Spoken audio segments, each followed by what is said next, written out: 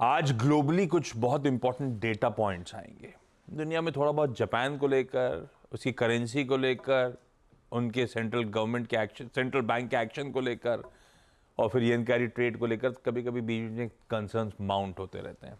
तो उसके डेटा बड़े इंपॉर्टेंट हैं। जापान का आज जीडीपी नंबर सामने आएगा। ईसीबी भी अपनी फाइनेंशियल स्टेबिलिटी रिपोर्ट प्रेजेंट करेगी। और यूएस में आज शाम को एक और इंपॉर्टेंट आंकड़ा, दो चीज़ें हैं, महंगाई देखना है और जॉब मार्केट देखना है। तो आज इनिशियल जॉबलेस क्लेम्स के यूएस के नंबर्स आएंगे। रिजल्ट्स के लिए आज से इंपॉर्टेंट दिन है। महिंद्रा एंड महिंद्रा निफ्टी में नंबर आना है। और हाँ, उसके अलावा 7 और वायदा बाजार की कंपनीज जिनके नंबर्स अवेटेड हैं। और आज निफ्टी 50 की इन सब के बीच में हम वीकली एक्सपायरी की तो वैसे ही तैयारी कर रहे होंगे। तो है तो एक्शन पैक बढ़िया दिन, जिसकी आज अभी बिगुल बजा देते हैं। गिफ्ट निफ्टी कह रहा है भाई साहब हम 0.5% ऊपर खुलेंगे, तो कल थमे जरूर होंगे, कंसोलिडेट जरूर होंगे। आज फिर इन सब करने की तैयारी और शायद 100 पॉइंट के आसपास का गैप अप मिले। ऐसे में ग्लोबल तस्वीर है कैसी। नीरज जी बगल में बैठे, इनसे बातचीत वीरू से जानेंगे कैसे निफ्टी बैंक में आज हमें स्ट्रैटेजाइज करना, और हजता बताएंगी सारे important stocks in news. Please दिखाइए जरा साथ साथ एशिया और साथ में उसके बाद यूएस के बाजार। आज मूड ठीक है, एशिया मिला जुला होगा, चाइना के मार्केट छोड़ दीजिए, बाकी ठीक है, बढ़िया ही काम काज कर रहे हैं क्योंकि हैंडओवर यूएस से बढ़िया था। बड़ी चीज थी वहां पे इन्फ्लेशन प्रिंट, उनके बाजार खुलने से पहले वो इन्फ्लेशन प्रिंट आ गया था।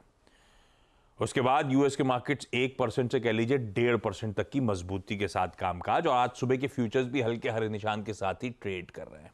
हम जब कल क्लोज हुए थे यूएस फ्यूचर्स फ्लैट थे, तो फ्लैट छोड़ के गए थे, अच्छी मजबूती थी। ऊपर से फ्यूचर्स का ये हाल है, ये डिफरेंशियल है जो एशिया, और वही डिफरेंशियल है जो गिफ्ट निफ्टी डाइजेस्ट कर रहा है। एक रिटेल सेल्स का आंकड़ा था, एक इन्फ्लेशन का प्रिंट था, पर सब इन्फ्लेशन की चर्चा है। Neeraj ji good morning.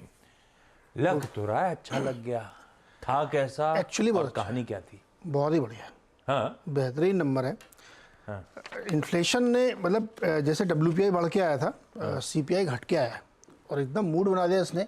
और कल सिर्फ यूएस नहीं, पूरी दुनिया के बाज़ारों ने न्यू हाई टच किया है। चाहे यूरोप का US 600 स्टॉक देखें, स्टॉक्स, या MSCI ग्लोबल इंडेक्स देखें, 1% ऊपर। ये बात सच है, पता है कल सुबह दिखाऊंगा आप लोगों को। Year till date India underperform, actually underperform कर रहा है। तो कल क्या हुआ, नंबर जो CPI का आया वो 0.3% रन रेट उसका बना मंथ ऑन मंथ। एक्सपेक्टेशन था कि 0.4% होना चाहिए।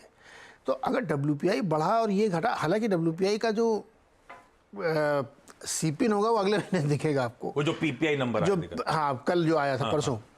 लेकिन ये नंबर इसलिए कंफर्ट दे रहा है कि अगर आप ग्राफ में देखें तो लगातार नीचे की तरफ वो आता जा रहा है, और ये एक महसूस करा रहा है कि रिटेल सेल्स के नंबर, कंज्यूमर कॉन्फिडेंस के नंबर सब नीचे आए पिछले 1 महीने में। तो इसलिए नंबर भरोसा दिलाता है कि ये नीचे रहना चाहिए।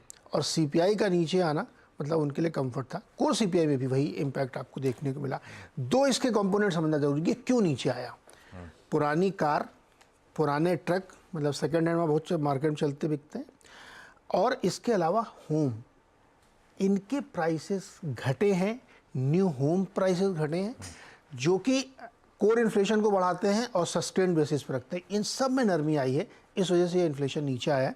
तो नंबर बहुत ही स्ट्रांग इस फेवर में था कि रेट कट होगी। अब देखो होप तुरंत बिल्ट हो गई, 2 रेट कट।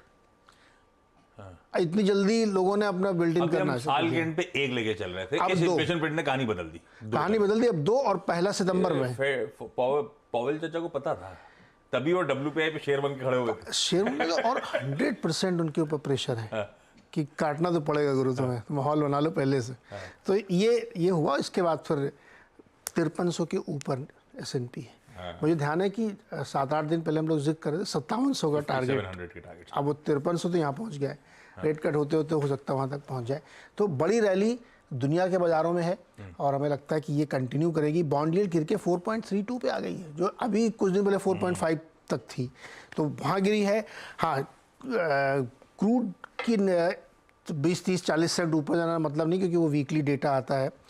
डॉलर इंडेक्स गिर के 104 पे आ गया है, ये एक बहुत और पॉजिटिव है। खाली सोना ऊपर है, और सोना ऊपर इसलिए क्योंकि डॉलर वीक हो रहा है, तो सोना ऊपर जाएगा ही जाएगा। तो अगर आप सोने को छोड़ दो, बाकी सारे जो डेटा पॉइंट्स हैं वो सपोर्ट कर रहे हैं कि पिच बहुत ही शानदार है आज। लो भैया, इन्फ्लेशन के प्रिंट का इंतजार था, बढ़िया कंफर्टिंग वो यूएस के रिटेल इन्फ्लेशन के नंबर्स।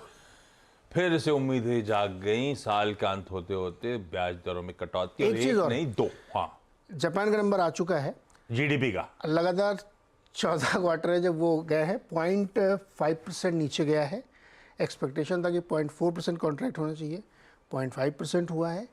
तो हालांकि 3 के बाद ही रिसेशन कंफर्म हो जाता है। नए बीओजे गवर्नर साहब आए थे तो वो कुछ बड़ा करेंगे, वो हॉकिश होंगे, वो सो गए। उन्होंने जो किया ना, वो उनके ऊपर उल्टा पड़ गया है, करेंसी और वीक हो गई है। तो अब वो परेशान ही करेंगे, समझ में नहीं आ रहा उनके, क्योंकि करेंसी वो 154 पहुंच गई है ये $9। तो उनको लग रहा था कि ये मजबूत होगी, तो और खराब हो गया है। तो अभी समझ में नहीं आ रहा, कुछ ड्रास्टिक मेजर्स लेने पड़ेंगे उनको। चलिए भाई, जापान का जीडीपी एक्सपेक्टेशन से ज्यादा कॉन्ट्रैक्ट कर गया, ये तो गड़बड़ है। ठीक है, ये है ग्लोबल तस्वीर, लेकिन आज तो खैर लाइमलाइट हॉग करेगा यूएस का वो बढ़िया सा इन्फ्लेशन प्रिंट, जिसपे पूरा ग्लोब थम्स अप देता हुआ।